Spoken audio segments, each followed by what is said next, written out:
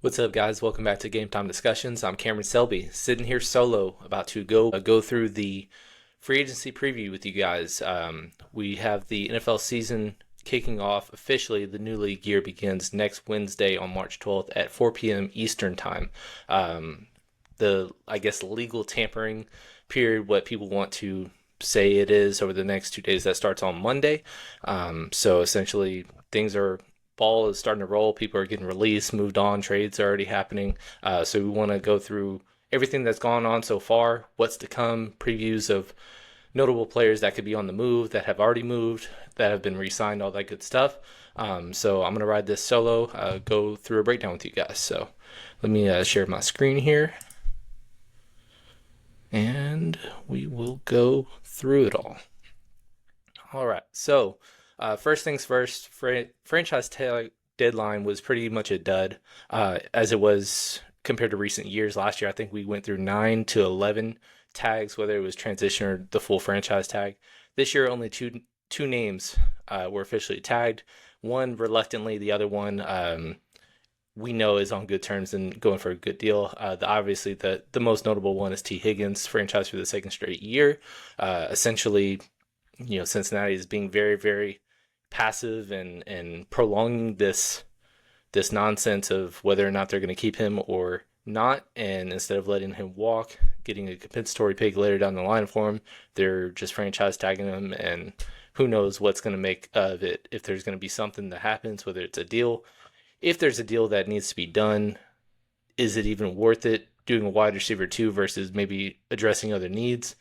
Who knows? But they're doing business in a very, very controversial way. Trey Smith was one of the best young guards in football, set to hit free agency for the Kansas City Chiefs, and they franchise tagged him, and in turn moved on from another guard to make space and make room. But they are going with the intention of saying, you're not escaping us. They already have mainstays with Creed Humphrey at center, and then Kingsley Suamataia, who was so as a tackle this year. I would assume the intention would be to kick him inside the guard and truly find a tackle in the draft or something of that nature. Notable players that did not receive a tag: Sam Darnold.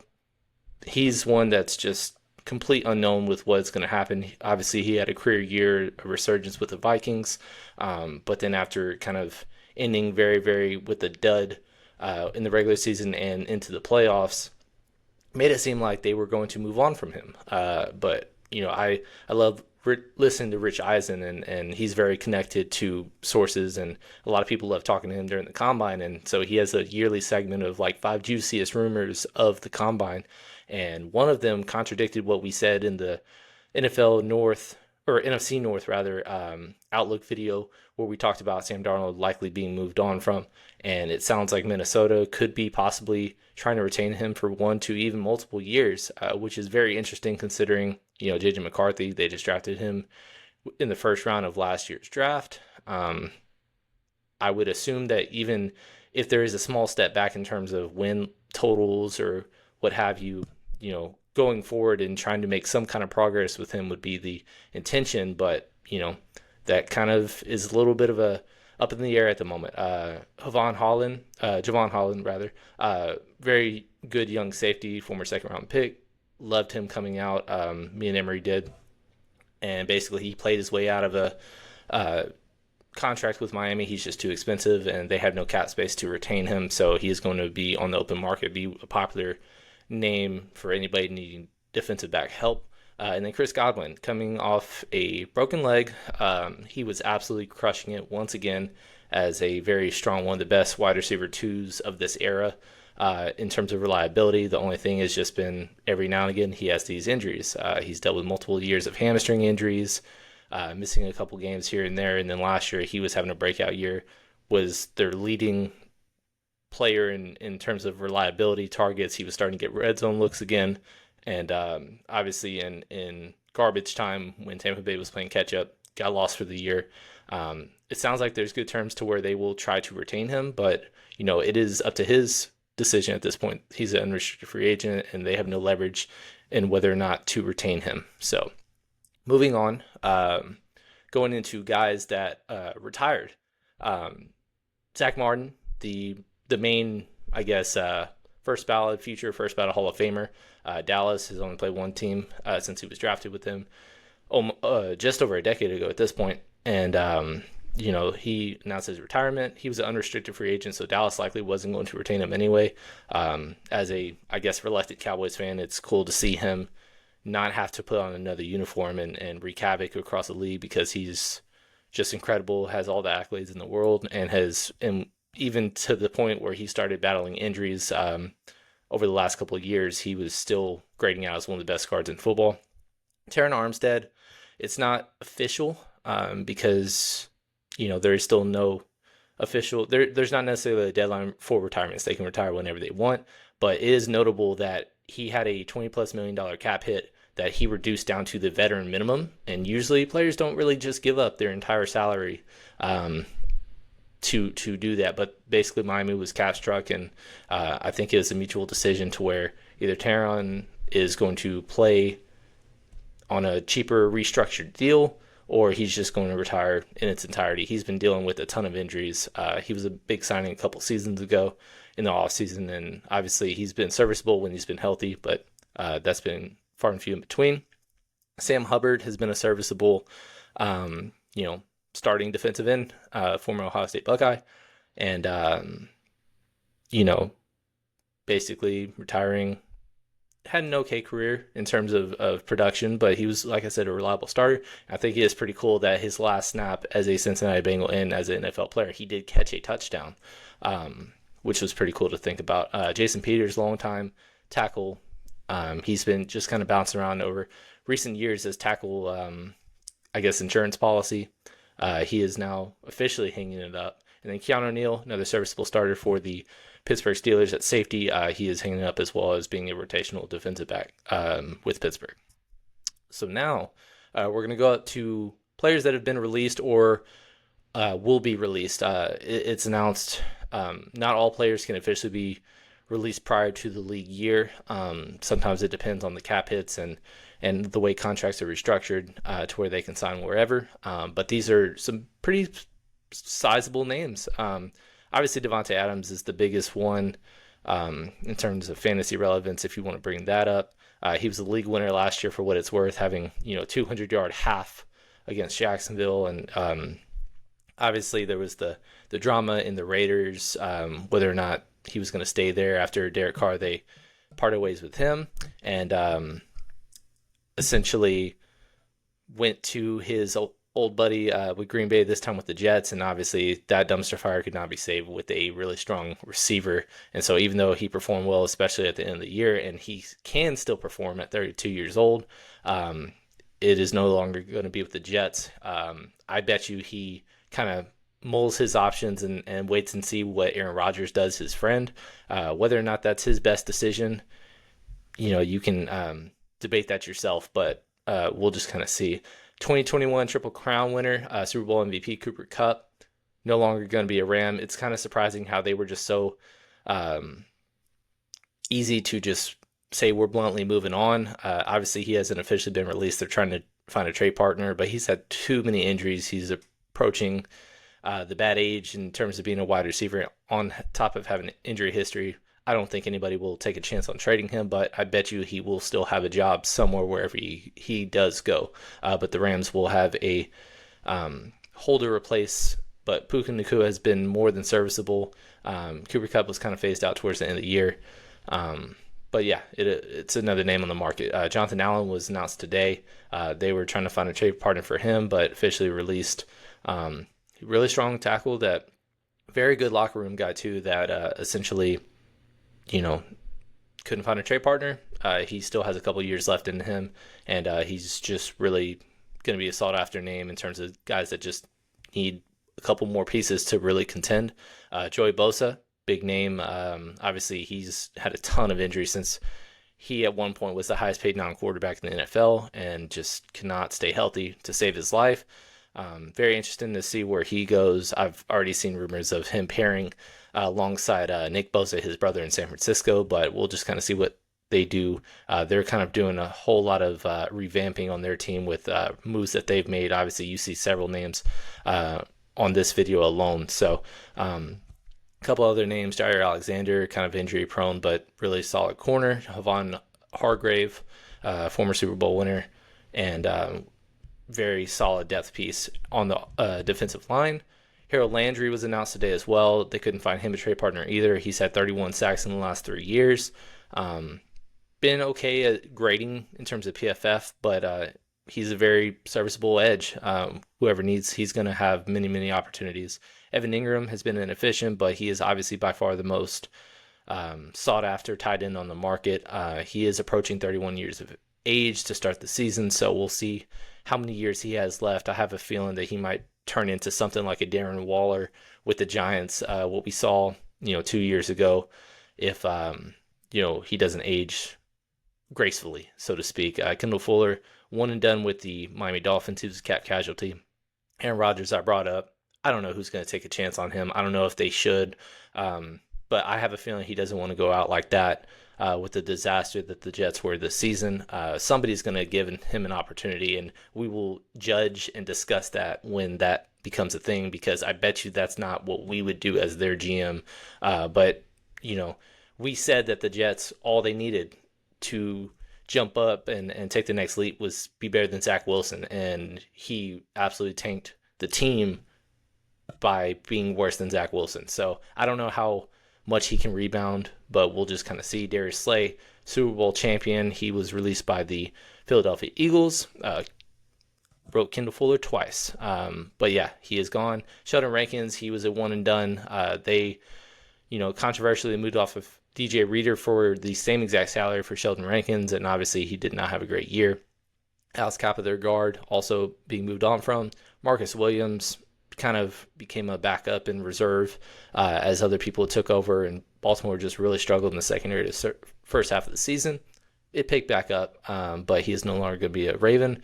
James Bradbury, he missed basically the entire season, but they really locked down on picking some really solid secondary players over the last year or two in the draft. Obviously Cooper DeJean and Quinyon Mitchell really stepped up, especially at the end of the postseason.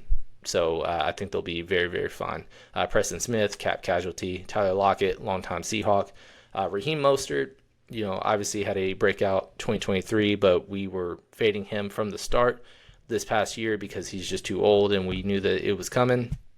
DeMarcus Walker, edge piece. Shaq Mason, longtime starting guard for Houston, or for in the league, but Houston for a couple seasons. He is no longer a Texan. And then Andre James just got released right before this recording as a center, but they did draft Jackson Powers Johnson out of Oregon last draft. I don't know if he'll stay at guard or go to center, but they will be more than fine in the interior in that regard. And then moving on, contract extensions or re-signings that have already been announced. Couple names. Saquon Barkley, obviously the biggest raise, and very warranted. Obviously, all-time scrimmage yard leader, regular season and postseason combined. I know it says 2 for 41. That doesn't mean he's getting paid $20 million a year. It just extended that in his void year into another year. His cap hit is only going to be about $6.5 million this season. That's why they can afford that. Be able to sign somebody like Zach Bond, who is 2 names below that, and they will be more than fine. I just think it doesn't sit right when the most talented running backs in football are paid less than wide receiver 2s or 3s on really strong teams. So it's very justified, warranted. I'm happy that it worked out for him. Osa Odigizua for Dallas. They're losing a lot of names in free agency, retirement, all that stuff. I didn't know. I figured that would be a franchise tag candidate, and it sounded like they were going to franchise or retain him no matter what. But being able to sign him the way they did was very impressive. Basically average salary is 14th among all defensive linemen right now. It will be 15th once Milton Williams, who was a former Eagle, signs elsewhere, likely. He's going to be very, very highly paid man, one of the most priority free agents that will be on the slide after this. Larry Jackson had a breakout, former Canadian football player, went undrafted, backup on their Super Bowl team, became a left tackle starter, and just very, very solid. I think he graded out in the top 20 among all tackles this season, and then he signs basically right where that grade is, as basically the 15th to 20th average salary for a tackle. So very, very solid get for the Rams to retain him. Khalil Shakir, kind of similar to what I said about wide receiver twos getting paid a lot. I mean, he hasn't had a season with over 900 yards, hasn't had more than 5 touchdowns in a season, and he's getting paid over 15 million or nearly 15 million a year. I don't know how to feel about that. Don't know if that was the best move, but at the end of the day, he was very, very reliable. But they still need to keep on working. It's not like that is all that's necessary in that wide receiver room. Elijah Molden had a sneaky good year as a safety. Resigned him as a member of the secondary with the Chargers. They're losing a lot of pieces on defense, so retaining him I thought was a pretty solid get for only $6 million a year. Bobby Wagner re-signs with Washington. Basically, the turnaround that Washington had was just incredible this year, and Dan Quinn and his relationship going way back when to the Seahawks. So I don't know. I think it's a year-by-year basis with him, but he still is one of the elite linebackers in football. Graded out once again, very, very strong this year. Isaiah McDuffie, solid linebacker for Green Bay, as depth. Andy Dalton came in as a, month starter.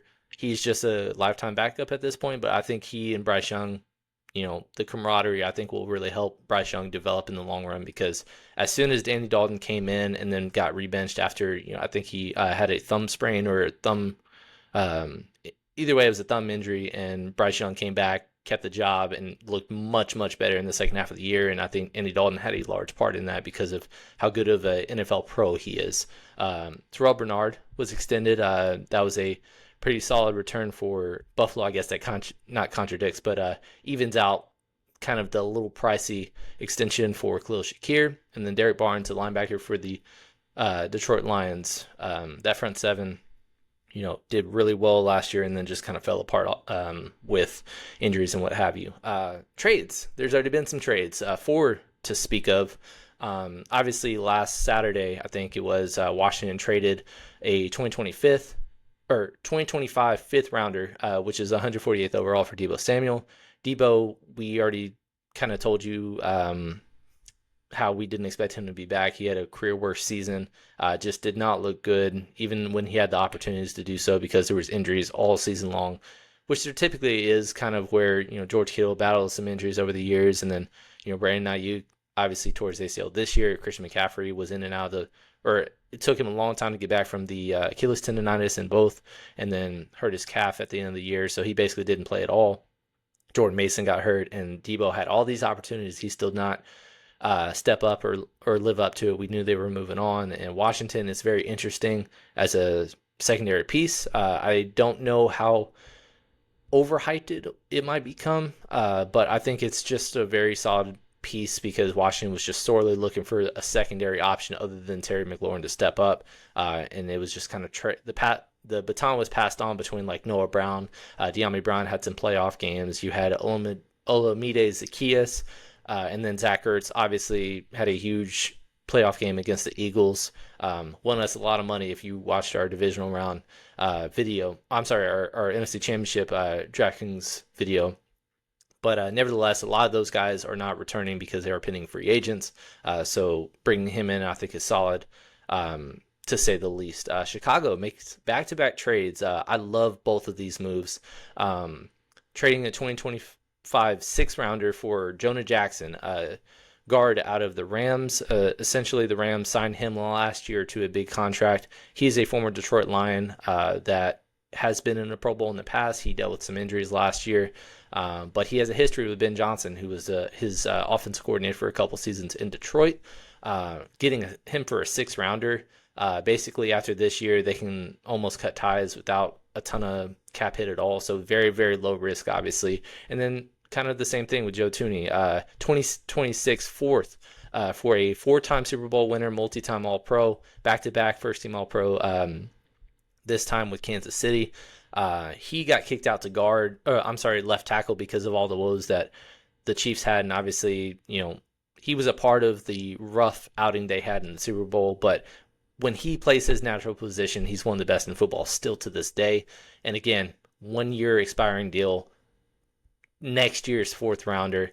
And you needed immediate help because Chicago gave up the most sacks in the NFL this year with 68. And they needed massive upgrades, and they went boom, boom. Both of our guards are set. They drafted a tackle last year, and they're just hitting the ground running. They had the 10th overall pick, and we were mocking a offensive lineman there, but that opens up the flexibility because while they still need to work on it, it's not necessarily the most pressing need anymore, especially at guard, obviously. And then Houston in division trade, trading next year's seventh rounder, 2026 for Christian Kirk from Jacksonville. Obviously, Jacksonville announced that they were moving on from Christian Kirk after back-to-back, season-ending injuries. Not significant, but enough to keep them when he suffered them at the time. I think one was a groin, and then last year, I forgot off the top of my head what the injury was, but he missed basically the second half of the season. And Houston, obviously, needs upgrades at wide receiver. Tank Dell, he just had surgery on his ACL this week, so the first week of March. Reconstructive surgery. He's going to miss the entire 2025 season. And then Stephon Diggs, who voided the rest of his contract last year to play on a 1-year deal to try to get one more big deal before, obviously fading out of his prime. And he was playing well, but then tore his ACL. So not only is he a pending free agent, I don't know if they'll bring him back or not. I think it's very low risk if they do. But at the end of the day, he is off ACL. He is already 30, and we'll just kind of see what happens with that. But there could be more trades to come. You never know. Obviously, a couple names that have already been in trade rumors or made requests or what have you. Myles Garrett's the big fish. He's one of the best or the best defensive player in football. 2023 Defensive Player of the Year. Just incredible defensive lineman, Hall of Famer, obviously already, and he is still in his prime. And with everything that's gone on with Cleveland, he just publicly, immediately after the season said, I no longer want to be a Brown. This is just straight up, I want to win. It doesn't matter about the money. He went on Rich Eisen's show and said, basically the same thing. You typically, when people make trade requests, they kind of stay out of it until, it really comes down to the nitty gritty. And he's just like, I won't be back. And I remember Rich saying, like, what if they just say no? And then he essentially is just like, well, we're going to have to cross that bridge when we get to it, but I think they'll do right by me. And interestingly enough, this week it came out that he's tried to meet with the owner, Jim Haslett, and the owner said, no, I don't want to meet with you. And so that's a very, very interesting thing when you're trying to make do by things. And the person that is basically not holding you hostage yet, but essentially is just denying that you're going to be moved off of, which as a GM, it makes all the sense in the world to move off him because you are so screwed financially and just out of the water and so far away now, removed from just 2 years ago when you had one of the best defenses in football and were at least a playoff caliber team, to all of a sudden just there is no right outlook for the next couple of years from that franchise. And the best way to get out of it is by getting a haul for a player that no longer wants to be with your team. That's exactly what Houston did to Cleveland when they got rid of Deshaun Watson. After holding out, then obviously the massage stuff came out, and Cleveland traded for him anyway and gave them 2 firsts, or 3 firsts rather, 3 firsts and a second, and also made him the first basically fully guaranteed contract. It was the worst trade of the modern era, or at least since I've been alive, and I've been alive for 28 years. Obviously, it was an awful trade, and then Houston went from, they sucked for a year, but then used those assets, were able to make maneuvers, got CJ Stroud, and then all of a sudden back-to-back AFC South champions. So that's how you turn things around. Cleveland, you would get multiple first-round picks, I bet you, for Myles Garrett, and not even trying to, I guess, entertain that is very interesting, but to not only not entertain it, but not even speak with the team, that's just very, very shady in my regard. But that's a story to watch because it sounds like Myles Garrett is willing to miss games over just saying, if I'm not going to, or if I'm not going to be moved on from, I just won't play. So that's going to be a very, very juicy thing to watch going forward. Tyreek Hill is one that, honestly, I'm surprised how little has come out since the end of the regular season, but he had a very, very, out there puzzling interview post the last game of the season, saying that, if I don't want to be here, I got to, work on family and this, that, and the other, and just kind of almost implying like I'm out the door already and just whatever team wants me and stuff like that. Nothing's came out yet. he's no longer worth a first round pick, basically, not only due to his salary, but also aging out. He dealt with some injuries last year, or on top of that, just very statistically, very terrible season, especially when, Tua went down with his concussion, was on IR, and it was just a very sore thing to watch offensively for that team. So who knows if Tyreek's going to be back, but I think it would be a splash move for somebody that thinks they're close. Um, who knows what will happen, but that's a name to keep an eye out.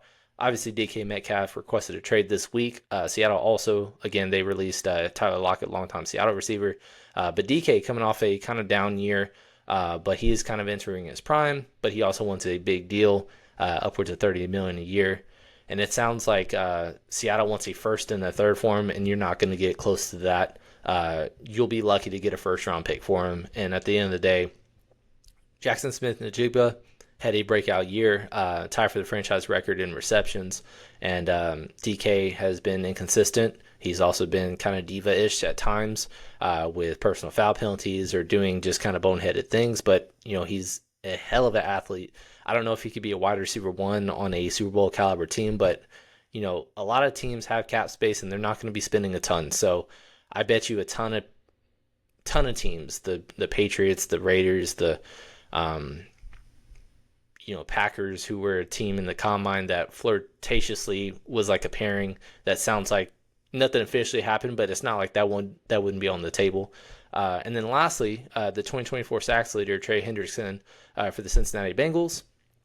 Obviously, 35 sacks in 2 years is just insane. And Cincinnati deciding, no, we're going to let you move on is pretty insane to me. It's pretty poor, piss poor, because you see a team like Philly that is able to not only be aggressive in the guys that they pursue and also retain those guys that they drafted well and that has outperformed their rookie deals.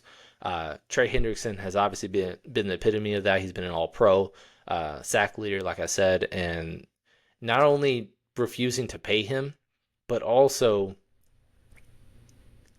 just deciding, if I'm going to pay one or the other between he and T. Higgins, paying your wide receiver two before your number one edge when you're already lacking talent on the defensive side of the ball is very, very puzzling. I mean, the Bengals didn't miss the postseason last year because of offense. They scored 30-plus points multiple times. They could not win because they couldn't stop anybody. And on top of that, T. Higgins in and out of the lineup with some injuries throughout the season. So it's not like, as soon as he went down, nothing else could work. I like T. Higgins. He's really strong. If money didn't matter, excellent, just three-headed monster with him, Jamar Chase, and Joe Burrow. But at the end of the day, sometimes you just have to put priorities, and a wide receiver two should not be the priority over edge one, which is one of the three most important positions in football. You can argue between that and left tackle. But obviously, quarterback is the most important to figure it out. But Cincinnati's playing a dangerous, dangerous game because you had the opportunity to extend Jamar Chase last year. You chose not to. He had the Triple Crown year. And now you got to pay him even more. And now you're all of a sudden reluctant to. T. Higgins, you had the opportunity to lock up, and then you didn't. And then you had the opportunity to trade him, and you still have not. Trey Hendrickson, another guy who thought about holding out or requesting a trade last year, decided to play anyway and then performed well. So he made even more money. It's like, you can't keep making all those moves and then expect somebody like Joe Burrow, who did extend, is not going to just all of a sudden be like, hey, you're not doing what needs to be done to contend with the Buffaloes and the Baltimores and the Pittsburghs of the world in terms of building around and trying to fill out a strong roster. I know Pittsburgh hasn't been a Super Bowl caliber team, but they've always been a really talented roster in the last 10 plus years. They just haven't figured out quarterback. Well, with Cincinnati, it's like they don't want to pay people, and then they just let them move on without replacing them. And then you're just held to the bind where Joe Burrow can lead the league in passing, and then all of a sudden, I don't know how to get away from 9-8. So that's a very, very bad situation. AFC North, just Cleveland and Cincinnati just cannot get out of their own way of dysfunction. So things to keep an eye on. And then notable players hidden free agency, obviously a ton of names. Offensively, it's way, I guess, less talent, I guess, in terms of big contracts and stuff like that. But you see a lot of names, notable names on here. Chris Godwin, we mentioned, Devontae Adams, we mentioned, Sam Darnold. Ronnie Stanley has been a long time left tackle, dealt with some injuries. Last year was fully healthy, but Baltimore is letting him walk. Evan Ingram, Drew Dahlman, really strong, one of the best centers in football. That'll actually be a really strong piece with whoever has the money and needs some upgrades. I'm thinking New England or Chicago, who has money at the moment. Justin Fields, Russell Wilson. It's interesting to see because Pittsburgh basically traded for both last year, and or Russell Wilson they signed. Justin Fields they traded conditional pick for, and sounds like they're trying to prioritize Fields over Wilson in terms of retaining him. But now Fields is a little reluctant because they didn't really truly invest in him when he did have a big start to the year and really outperform expectations. And then they decided to go with Russell anyway. That worked out at the start, but then at the end, they just kind of felt severely limited towards the end of the season and kind of ended the year with a dud. Diggs, I mentioned, coming off an injury. A couple of guards, Will Fries, who I think he broke his fibula early in the season, I think after 4 games, but he was having a career year. I think he graded out over an 80 as a guard, so very, prove it year kind of thing, but he'll be a starter wherever he signs. Tevin Jenkins was a tackle that kicked inside. He's been okay, but Chicago's moving on. Obviously, that is a red flag because you're a bad offense and you're not willing to retain one of your better offensive linemen. Josh Myers, Kevin Zeitler, a couple of veteran guys, a couple of running backs, Najee Harris, Aaron Jones, Rico Dowdle, J.K. Dobbins, guys that could be serviceable as part of a committee. But I don't think any of these guys are any longer going to be the main guy, especially with what we are seeing with this running back class because, like Emery mentioned on previous episodes, there are close to 30 draftable grades for running backs this year. And we are going to be doing our rankings next week for the running back position. We have to talk about 26 guys. That's how deep it is. So if I'm a team that needs running back help, I'm thinking of obviously the teams that are letting these guys walk, which is Minnesota, Pittsburgh, Dallas, Chargers. I'm not even thinking twice about letting them walk because there are other guys that are just going to be immediately contributors. We could see 7 or 8 guys in the top 20 of fantasy running back production. That's how talented this group is and how many teams need the help. Wide receivers by committee, Marquise Brown, Darius Slayton, De'Ami Brown. I guess depth pieces. Keenan Allen, another guy who kind of finished the year strong, but definitely looked like he lost a step in terms of athleticism, but maybe he has another year or two left. Jameis Winston, Gardner Minshew, a couple backups worth mentioning, and then Daniel Jones. I know that the Giants moved on from him, but we'll just kind of see what happens with him. Obviously, he signed with Minnesota to back up Sam Darnold the back half of the year because if Sam Darnold, for whatever reason, went down, I think Daniel Jones would have had a very similar run because I don't think Daniel Jones deserves all the flack he gets, but it's because he was overdrafted as much. The Giants put him in the position where, okay, you have to be a top 10 quarterback or you will not have lived up to the hype, and he was okay, but obviously didn't help the decisions that the Giants made. They had one of the worst rosters by the time they moved on from him. So if he went to a team that has all the depth, I'm thinking a team like Indianapolis, who has been retread, veteran quarterbacks that can't just get out of their own way. They're cursed from the Andrew Luck stuff from a decade ago. And essentially you have Anthony Richardson, who the controversy of him, taking himself out already after 2 years. Is he the guy? He had a terrible statistical year in his first full year as a starter. Bringing him in, if Anthony Richardson isn't the guy, I bet you Daniel Jones would be, one of the better, I guess, plan B options that would be on the open market. I don't think that they'll be going the Aaron Rodgers route again because they've done that time and time again with the Matt Ryan and Phillip Rivers and Joe Flacco, all that stuff. I think they want somebody that's like, hey, if this isn't the guy, then we're going to move on. But we want somebody to help transition for the next year or two. And so if Anthony Richardson, whatever reason, gets benched, Daniel Jones comes in and is okay. Well, maybe they keep him for another year as like a 20+ million 1-year starter. or 2 year starter as a transition to a backup while they move on in 2026. So a couple other names on there, but yeah, offense isn't as strong as the defensive side. Obviously, I mentioned the big hog. You can even include his teammate, but Milton Williams, he's going to get one of the highest paid defensive linemen. He crushed it. He was one of the best players in the Super Bowl. Josh Sweat had 2.5 sacks in the Super Bowl. He had a breakout year with Philly as a depth piece. Mentioned Devon Holland. Chargers losing both Joey Bosa and Khalil Mack this offseason. That's going to be a tough blow. Khalil Mack, I think he's going to age very well based on how he plays. I'm thinking like a Von Miller, where he may be just kind of a 1 or 2 year rental, but he will instantly help your pass rush so much. So anybody that needs help with that definitely will be a upgrade for them. Bunch of corners hitting free agency. Carlton Davis, Charvarius Ward, DJ Reed, Byron Murphy, Asante Samuel Jr. Just really, really strong corner free agency class. So corner is pretty solid, but obviously not one of the biggest positions in the draft.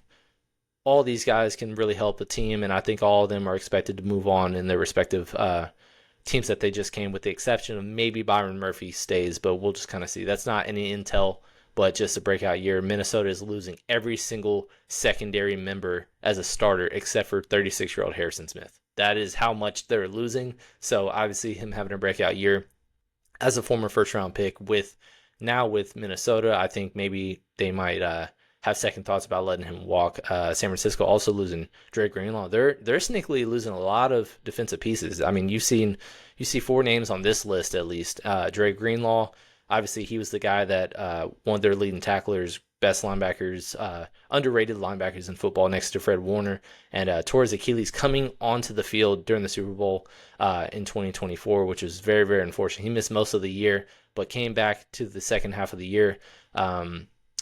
Looked pretty solid. Immediately had a ton of tackles. Nick Bolton, another guy that helped Kansas City contribute in the Super Bowl. Talanoa Hufanga has dealt with some injuries, so he's not necessarily contract year, earned a big payday. He's kind of entering free agency with a dud, but maybe somebody signs him in a prove it deal. But he might be an underrated sign depending on what he earns. Javon Hargrave, like I mentioned before. Levi Onwuzurike for Detroit. Good defensive line piece. Calais Campbell is still kicking and kicking ass at that. Obviously year by year, even if he retires, he's almost 40 years old, but he is still very, very good at football. Puna Ford had a breakout year with the Chargers. He'll be paid wherever he goes. Maybe he stays, I don't know, but they're losing a lot on that defensive line.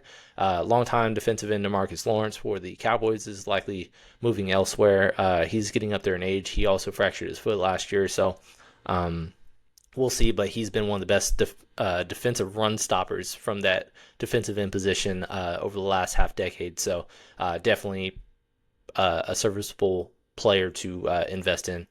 Chase Young, poor man's Jadeveon Clowney, essentially former top 2 pick that just all of a sudden now bouncing around teams. Went to San Fran for a year, then went to New Orleans for a year. He's good. He's going to start for you. He'll probably play for another 5 years, but it's just underwhelming investing that kind of draft capital, and just that's what he's become. But obviously good solid depth if you need edge help. Malcolm Kuntz missed all of 2024 with an injury that he suffered for the Raiders after a breakout year in 2023. Obviously not the best time to hit free agency, but maybe he re-signs with the Raiders, or somebody has a 1-year small deal but could possibly get back to what he really was, because he was really trending upwards in 2023. Christian Fulton, another corner that I didn't mention previously. Cameron Bynum, safety for the Vikings, that's just very solid, entering his first contract. BJ Hill, depth piece. Cincinnati just doesn't want to sign anybody. Dante Fowler Jr. is revived his career, so to speak, as a just situational pass rusher. Had 10.5 sacks in his 1 year with Washington last year. He followed Dan Quinn over from Dallas, where he was a very solid edge over there as well. Robert Spillane, Raiders linebacker, just kind of all over the play. Has a knack for just making plays, and he's a serviceable linebacker. So yeah, a lot of names, especially defensively on the open market. Not all these guys are going to sign with new teams, but most of them probably will. So definitely guys to keep an eye on. We'll be reacting to most of these as they kind of happen throughout the year. But that is it. One more thing before we do get out of here. Obviously, like I said, the new league year begins on Wednesday. Everybody has to be, below the cap because it's a hard cap league right before the right as the season begins. So there's a couple teams that need to essentially, figure out where they're going to do and what they're going to be. I just want to do a quick rundown of the cap situation. I'm going to do a quick refresh in case we missed something while I recorded this video. But obviously, we talked about the Patriots just having all the money in the world. They are going to spend whatever they want to upgrade their roster because it's a bottom 5 roster in football, but they got the money to do so. Chargers losing a lot of pieces. That's why they have so much, but there's a lot of holes to fill. Raiders up top. Commanders have a ton of money to spend. They're going to be an attractive destination, like we mentioned in the NFC East Outlook video. But basically, cap again went up more than expected. So a lot of teams have money. Cowboys were one of the teams at bottom, but they restructured a ton of contracts, including CeeDee Lamb, Dak Prescott, which obviously wasn't going to stay at an $80 million cap hit. So they have money to spend if they really want to. There's not a ton of, I think, big spending. There's not going to be record-setting spending, at least in free agency, but maybe in the trade market because of that will result in a lot more movement than expected. But 4 teams, obviously the Chiefs, still have some work to do. They've done some releasing of guys, trading away Joe Thuney as well, moving on from Nick Bolton and Justin Reed, but they still have a couple more moves to make before the new league year starts on Wednesday. Falcons similar way. Buffalo right now they re-signed a couple guys, but they got to make some moves to get to that 0 or in the black. And then the Saints, who are in cap hell right now at $40 million over the cap, and they've got some work to do. So and not a whole lot to look forward to or stuff like that. A lot of these guys really won't save anything. I mean, Derek Carr, obvious name to move on from, saves $1.3 million if they cut him pre-June, post-June, about 30. So maybe that's a cap casualty. It sounds like Spencer Rattler might be something that they do in the short term. Cam Jordan, again, nothing is saved if they do pre-June 1st. But everybody basically pre-June 1st versus post-June 1st, that essentially just divides the cap hit into 2 different years if you do a post-June 1st cut. So that's why you see the differences. But Cam Jordan, they're going to have $9 million in dead money. I guess they'll save $11 million if they move on from him. The most likely to move on from is Taysom Hill. They gave him an absurd contract extension recently, and I love him as a Swiss Army knife, but he's not worth $18 million cap hit. That never should have been a thing. And then now he just had a significant knee injury. He's already 33 or 34 years old, I believe. So he'll be likely moved on from. But I mean, Ryan Ramczyk, who missed the entire season due to injury, which that was announced way back when we first started doing these videos last year, cutting him $1.2 million. That's all that is saved. Demario Davis, another kind of vet, but possible cap casualty, only $4 million. Tyrann Mathieu could be one of those names. Chase Young right now is showing as a void cap hit. Juwan Johnson also hidden free agency. So those won't officially start until the new league year begins. So already some less moves, but another guy, Alvin Kamara, who's approaching 30 years old, cutting him $0 saved. So not much to work with. New Orleans it's going to be a struggle bus for a couple of years, but they just kind of got to rectify because they went all in and got to figure it out. So, but that breaks down. We actually went 45 minutes. That's pretty crazy. We appreciate you guys tuning in. If you haven't liked or commented on the video already, please let me know what you're excited about. Who's are you looking forward to on the move? What pairings do you want to see? Please let me know how excited you are for this offseason to begin. We're basically second week of March is what we are as of this recording. So I'm excited. Obviously, this is recording as of Friday afternoon. So all these cap numbers, or if I missed any moves that happened during the weekend, we're going to react to it on Twitter or on X now. But yeah, subscribe if you haven't also already. We're getting really close to 250. We're trying to be on the road to get monetized and start getting sponsors and stuff like that. Love talking football. Emery loves talking football. Dusty loves talking both college football and March Madness. He's been killing it with March Madness. Check that out as well. Whole lot to look forward to. We're going to be doing prospect rankings in the next couple of days and do that for the next few weeks. We're going to be doing some more mock drafts, mocking the mocks, reacting to other people's big boards, all that stuff. Whole lot on tap, but mostly draft heavy. But anytime that there is going to be some kind of big breaking news kind of move, you're going to be hearing from us reacting to it. So please tune in. Please join the family. Let's react. Let's have some fun. Let's join this community. Until next time, y'all have a good one.